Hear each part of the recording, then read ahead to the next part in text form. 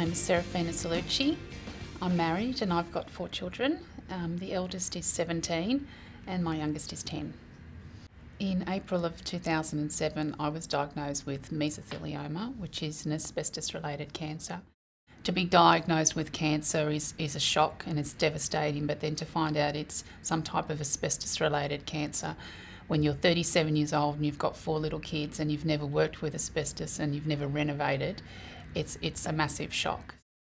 The most likely place that I was exposed was when I was about 7 years old. My father built a garage in the backyard made of fibro. He bought his first car and so we needed a garage, and he built it himself. He was a do-it-yourself type person, and he built a garage in the backyard, and my brothers and I were playing there in the backyard at the time when he was building it. When I was diagnosed, I was a pretty typical stay-at-home mum, I think. As I said, I decided when my kids were little that I wanted to stay home and until they went to school, and then eventually the plan was for me to go back to work. Busy with the kids, busy running a busy household.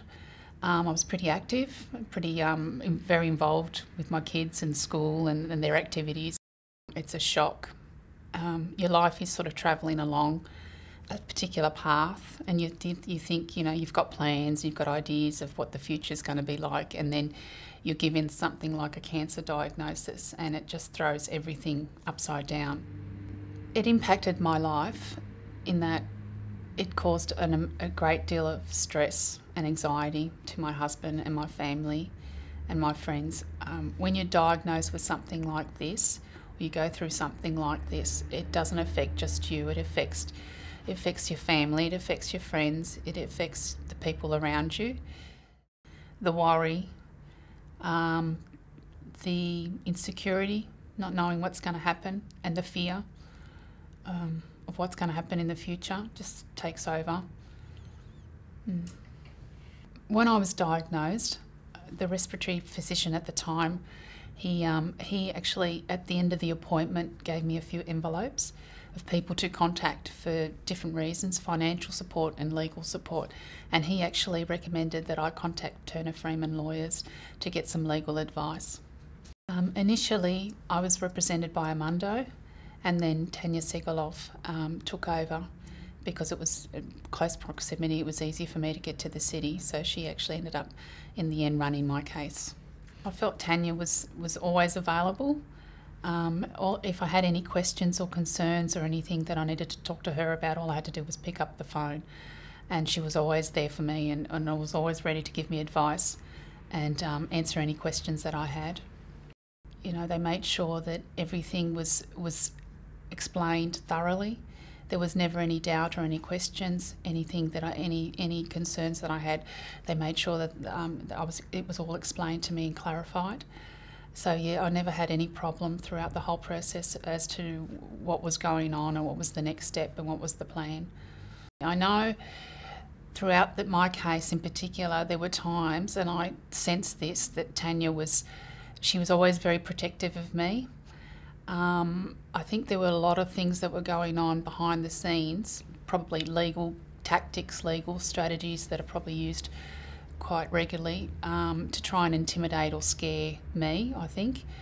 And I know for a fact that Tanya took the brunt of a lot of that, and kept a lot of that from me to minimise my stress. I think she was very aware of that I was already going through a lot, and she went out of her way to make sure that I wasn't stressed out or upset any more than I needed to be, and she always protected me. Turner Freeman provided a great legal service, but I think for me personally, they went above and beyond. I feel like they were there for me on a personal level as well, not just as a client. They showed me a lot of respect and a lot of compassion. Particularly, I remember the first time that I met Armando at his office at Turner Freeman. He was very, very compassionate and very supportive. And I didn't expect that from a lawyer. I was expecting to get good legal service, good legal advice, but I didn't expect to get so much support and compassion. And I'll always be grateful to Turner Freeman for that. The no-win, no-fee policy was definitely an important aspect, because initially going into it, that was one of my main concerns was Was I going to go through this process? How long was it going to take, and how expensive it was going to be? And in the end, there was obviously no guarantee that my case was going to be successful. So the no win, no fee policy was definitely a big relief for me going into the case. I found it actually a lot less stressful than I expected, which was really important for me at the time because, as I said, I was going through so many personal things with my health, so many challenges, and things were challenging at home and difficult and stressful at home. But I knew I had peace of mind. I always had peace of mind that Turner Freeman were taking care of everything. I remember when my case was finalised, a lot of people said to me, "Oh, you should open a bottle of champagne to celebrate."